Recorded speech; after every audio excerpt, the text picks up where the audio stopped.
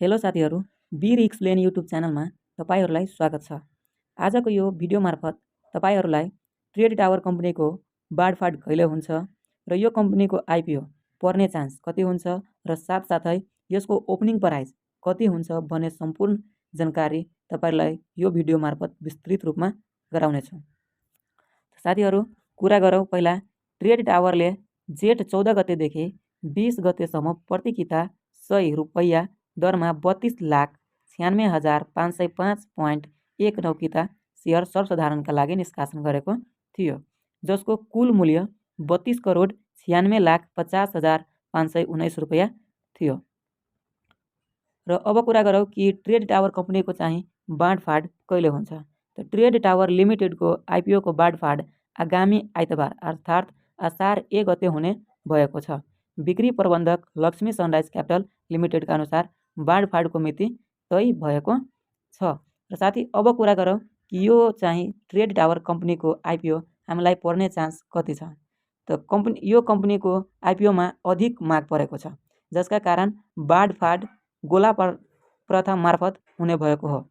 आइपिओका लागि 21,69,891 जनाले कुल 2,57,79,790 किताको आवेदन दिएका छन्, तर भाग्यमानी 3,29,650 जनाले मात्र सेयर प्राप्त गर्नेछन् भने बाँकी 18,40,240 जना लगानीकर्ताको हात रित्तो रहनेछ।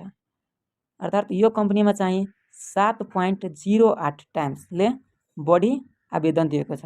यो पर्ने चान्स चाहिँ 7 जनामा 1 जना भाग्यमानीलाई यो चाहिँ पर्ने चान्स रहेको छ।